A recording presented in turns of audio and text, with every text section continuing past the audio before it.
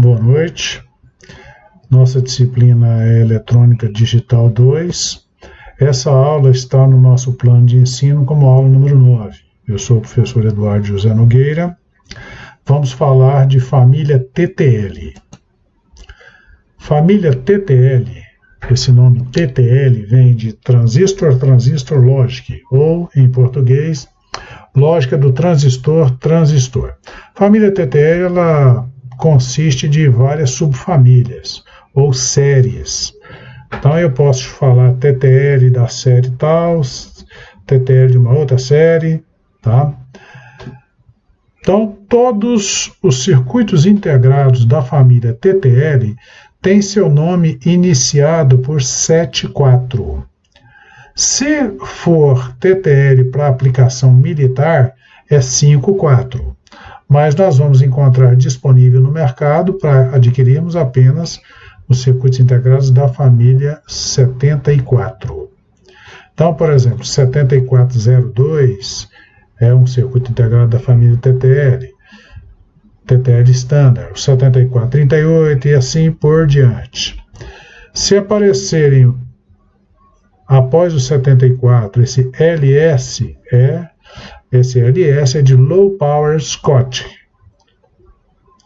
Então, também é TTL, mas de uma outra subfamília.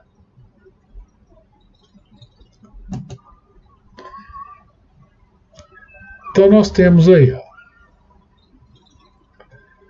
TTL padrão, vem só 74, TTL Scott, 74S, TTL Scott de baixa potência, 74LS, TTL Scott avançada, 74AS, e TTL Scott avançado de alta potência, de baixa potência, digo.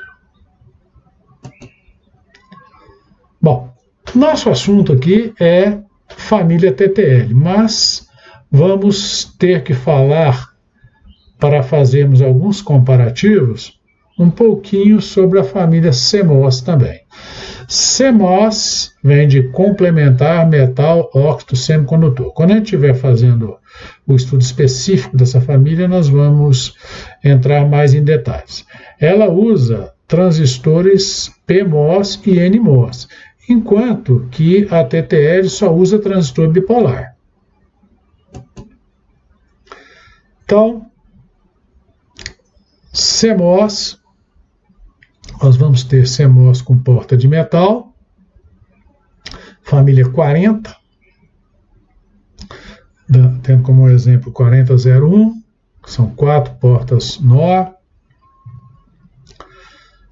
Porta de metal compatível pino a pino com TTL, nós vamos ter a família 74C. Ou seja, são circuitos integrados da família CMOS, mas internamente ele tem a mesma pinagem e função dos da família TTL, com o nome parecido, só aparece o C aqui. Por exemplo, 74C04 é igual a um 74LS04 da família TTL, só que construído com tecnologia CMOS. Aí nós temos ele de porta de silício, também compatível com TTL de alta velocidade, que é o 74HC. Porta de silício de alta velocidade, compatível pino a pino eletricamente com TTL, que é o 74HCT. CMOS de altíssimo desempenho, não compatível pino a pino nem eletricamente com TTL, é o 74AC.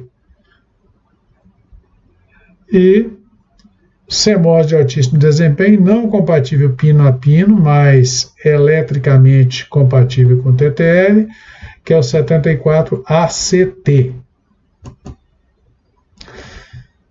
Bom, algo importantíssimo na alimentação de circuitos lógicos é a alimentação. Tá? A alimentação, seja o positivo, aquele terminal que você liga ao positivo, que no TTL é chamado de VCC e no CMOS é chamado de VDD, tá? Então, VCC no TTL e VDD no CMOS, tá? E o Terra, que no TTL é chamado de GND e no CMOS é chamado de VSS.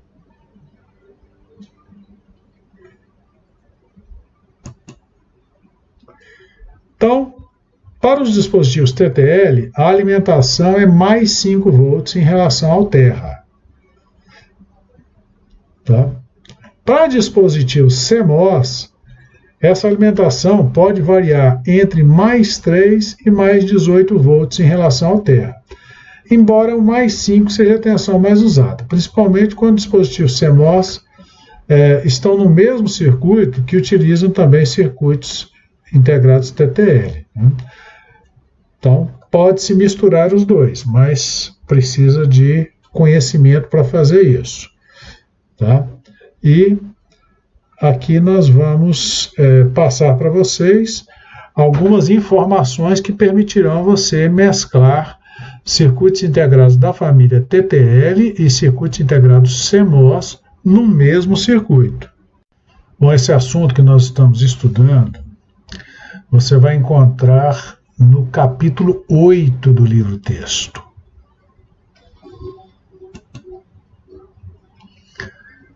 Bom, nesse capítulo 8, nós vamos estudar primeiramente terminologia de CIs digitais, família lógica TTL, as especificações técnicas dos datasheets dos TTLs, as características da série TTL, fan-out e acionamento de carga para TTL e outras características de TTL.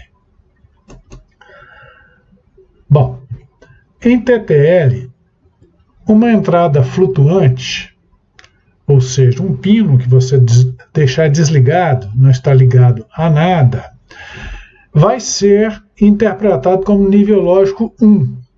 Só que isso aí não é algo muito confiável. Tá?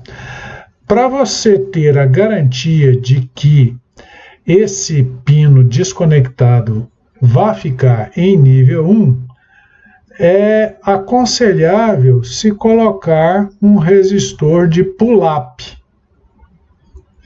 Então, por que razão isso? Porque interferências eletromagnéticas externas podem fazer com que esse pino vá para um nível intermediário, um nível falso, ou até mesmo um nível contrário do que se desejava. Se desejava que ele ficasse em nível alto, ele pode, por alguns momentos, por interferência eletromagnética, passar para nível baixo. Tá? Então, deve-se usar um resistor de pull-up. Então, vamos ver as terminologias das quais nós vamos falar aqui. Então, quando você encontrar numa folha de dados de um CI-TTL, esse termo aqui, ó, VIH mínimo, é a tensão de entrada mínima para que essa entrada seja reconhecida como nível alto. Então, é o mínimo nível de tensão requerido para que o nível lógico seja reconhecido como 1, ou H. Temos também o VIL máximo, a tensão de entrada de nível baixo máxima, ou seja, a máxima tensão para que aquela entrada seja reconhecida como nível baixo, ou nível 0. Depois temos o VOH mínimo, tensão de saída mínima em nível alto. High Level Output Voltage. Qual é o mínimo valor da tensão na saída de um circuito lógico para que o nível seja reconhecido como alto? Reconhecido por quem? Por outras entradas TTL, né? VO L máximo, tensão de saída máxima em nível baixo. Low Level Output Voltage. É o máximo nível de tensão na saída de um circuito lógico no estado lógico zero, sob determinadas condições de carga. Bom, então vamos olhar nesse esquema aqui. Olha, nós temos aqui uma porta NAND de 2 entradas, com as 2 entradas aterradas, ou seja, em nível 0. Então a saída vai para nível 1, nível alto, né? Então o VOH é essa tensão aqui de nível alto, tá? Bom, para uma entrada, nós vamos ter VI, então no caso VIH. Então assim como nós temos níveis máximos e mínimos para as saídas, nós vamos ter para as entradas também. Esse I aqui é de input. Tá? No caso do nível baixo, tendo aqui aplicado o nível alto nas 2 entradas, você vai ter nível baixo na saída, né?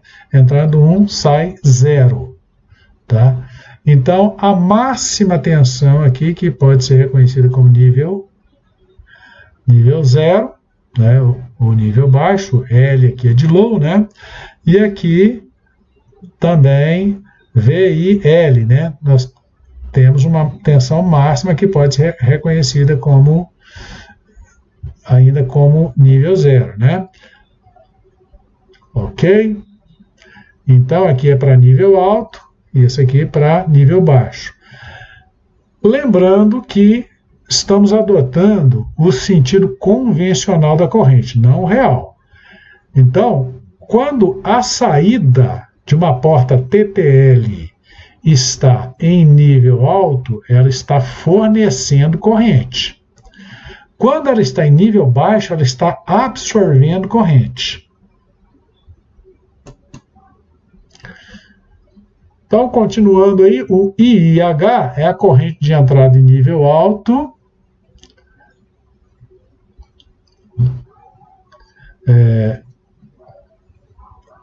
Então, essa corrente de entrada da porta em nível alto, né? É a corrente que flui para a entrada quando uma tensão de nível alto especificada é aplicada na sua entrada. Voltando aqui, ó. Quando você aplica um nível alto aqui, essa entrada aqui vai absorver a corrente. Ok? Então é isso aí. E corrente de entrada em nível baixo. Low Level Input Current. A corrente que flui para uma entrada quando a tensão de nível baixo especificada é aplicada nessa entrada. Então, vejamos. Quando uma tensão de nível baixo é aplicada aqui nessa entrada, essa entrada vai fornecer corrente. Vai fornecer corrente e não receber corrente, ao contrário de quando está em nível alto. Em nível alto, a entrada recebe corrente. Em nível baixo, a entrada fornece corrente. IOH, corrente de saída em nível alto. A corrente que flui de uma saída no estado lógico 1 sob determinadas condições de carga. Aquilo que nós já falamos, olhando para os esquemas que vimos agora há pouco. E o IOL, corrente de saída em nível baixo,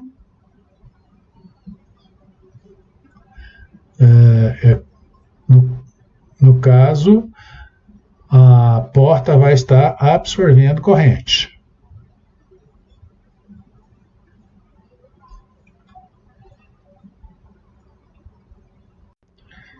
Simulando no Proteus aquela situação que eu falei para vocês. Olha, aqui nós temos dois inversores da família TTL, são portas de um mesmo circuito integrado. Então, está aqui o circuito integrado 1, essa é a porta A, essa aqui é a porta B. Duas portas NOT, portas inversoras. Então, eu estou com nível 0 na entrada do primeiro inversor, a saída tem nível 1, que é o nível que é aplicado no segundo inversor. Observe que a primeira porta está fornecendo corrente para a segunda porta. Nessa situação aqui, ó, isso aqui é o nível alto de saída da primeira porta, que é igual ao nível alto de saída de entrada da segunda porta, né? Então, a primeira porta atua como fornecedor de corrente. A segunda porta atua como absorvedor de corrente. Agora eu vou mudar o estado lógico. Passei aqui para nível 1, agora é nível 0 na saída. Com nível 0 na saída, a primeira porta vai absorver corrente, vai drenar corrente. E a segunda porta vai fornecer corrente. Observa aqui os sentidos. Olha o sentido da setinha. E a cor do fio também muda de acordo com o nível lógico. Vermelho é mais 5 volts e verde é 0 volts. Esse valor indicado aqui é o indicado pela sonda de corrente, é um valor muito pequeno, tá? Essas portas normalmente trabalham com correntes muito pequenas, e essa aqui ainda é do TTL Standard, que é de maior consumo. Se fosse TTL LS, seria bem menor ainda esses valores de corrente. Ok?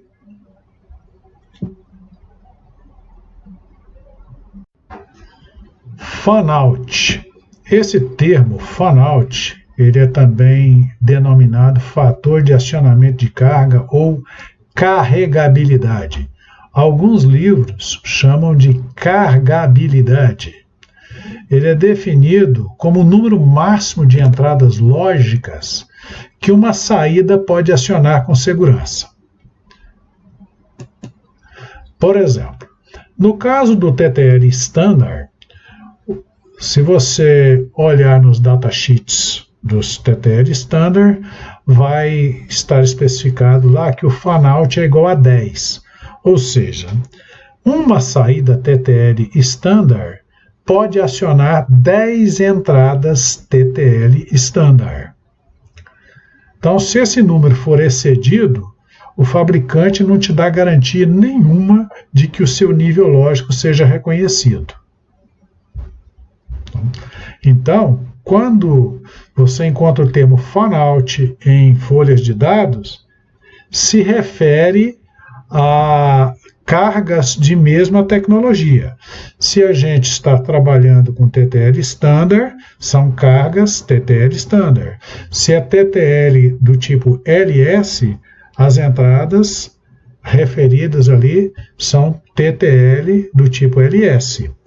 Bom, não significa que você não possa usar outras tecnologias fazendo uma mesclagem. Porém, você tem que computar a corrente de entrada que cada porta, cada entrada dessa vai solicitar. Quando o fabricante te dá esse fan-out como um número inteiro de entradas, ele está se referindo sempre a dispositivos da mesma família e mesma subfamília lógica daquela saída que você está utilizando.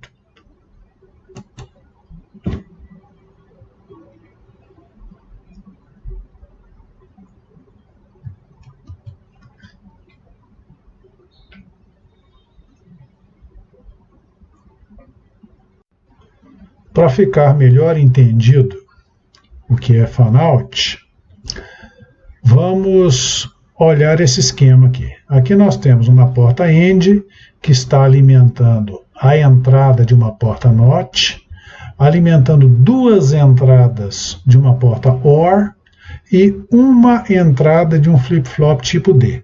Supondo que são todos de mesma tecnologia, então a carga que eu vou computar para essa porta que está alimentando todos os outros blocos é 4. Por que é 4? Aqui eu conto uma entrada. Observe que na porta OR eu tenho as duas entradas sendo alimentadas. Então eu conto como duas cargas aqui. E no flip-flop eu conto só uma carga, porque apenas essa entrada aqui está sendo alimentada. Se tivesse mais algum outro pino sendo alimentado por essa linha aqui, eu contaria uma unidade por cada pino, ok? Então, a carga dessa porta U1 aqui, desse end de duas entradas, é 4. Tá? Então, eu poderia ligar mais cargas aí, dependendo do fan-out que eu tivesse. Tá? Agora, suponhamos que o fabricante me dissesse que o fan-out de cada bloco fosse 3. Então, eu não poderia fazer essa ligação, porque aqui eu tenho 4 cargas. Ok?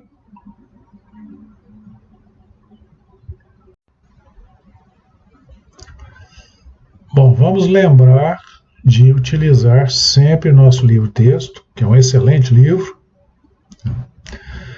É muito importante, vocês podem fazer uso também da bibliografia complementar, e quanto mais livros você encontrar a respeito do assunto, melhor. Mas esse livro aí é excelente, ele cobre todas as nossas necessidades. Vamos continuar falando de TTL, agora vamos falar do atraso de propagação. O que é o atraso de propagação? Quando o sinal lógico passa por um circuito, ele sofre um atraso. Existem 2 tempos. O TPLH e o TPHL. O TPLH é o tempo de atraso na comutação do estado lógico 0 para o estado lógico 1, ou seja, de baixo para alto, ou de low para high. Então, quando você tem uma mudança na entrada, a saída demora um certo tempo para mudar. Tá certo que esse tempo normalmente é um tempo muito pequeno, mas em termos de eletrônica, coisas de microsegundos já não são considerados mais tempos pequenos. Então, o TPLH é o tempo de atraso na mudança do estado lógico de 0 para 1. E o TPHL é o tempo de atraso do estado lógico 1 para o estado lógico 0, ou seja, de alto para baixo. Então, nós temos aqui um gráfico mostrando o atraso de propagação. Observa que na entrada, isso aqui seria para um inversor lógico, uma porta NOT. Na entrada, nós temos inicialmente nível 0 e ela comuta para nível 1. A saída comuta de 1 para 0. Então, observa que você tem uma transição, uma rampa de subida aqui na entrada, e na saída você vai ter uma rampa de descida, né? Então, esse ponto aqui seria o intervalo, a tensão média, no ponto médio, entre a tensão do nível 0 e a tensão do nível 1. Então, você tem, isso aqui é a transição na entrada, olha a transição na saída. Houve um atraso aqui. Então, esse aqui é o TPHL, né? É o tempo de transição de alto para baixo. E transição na entrada aqui de alto para baixo provocou esse atraso na transição na saída de baixo para alto, que é o TPLH.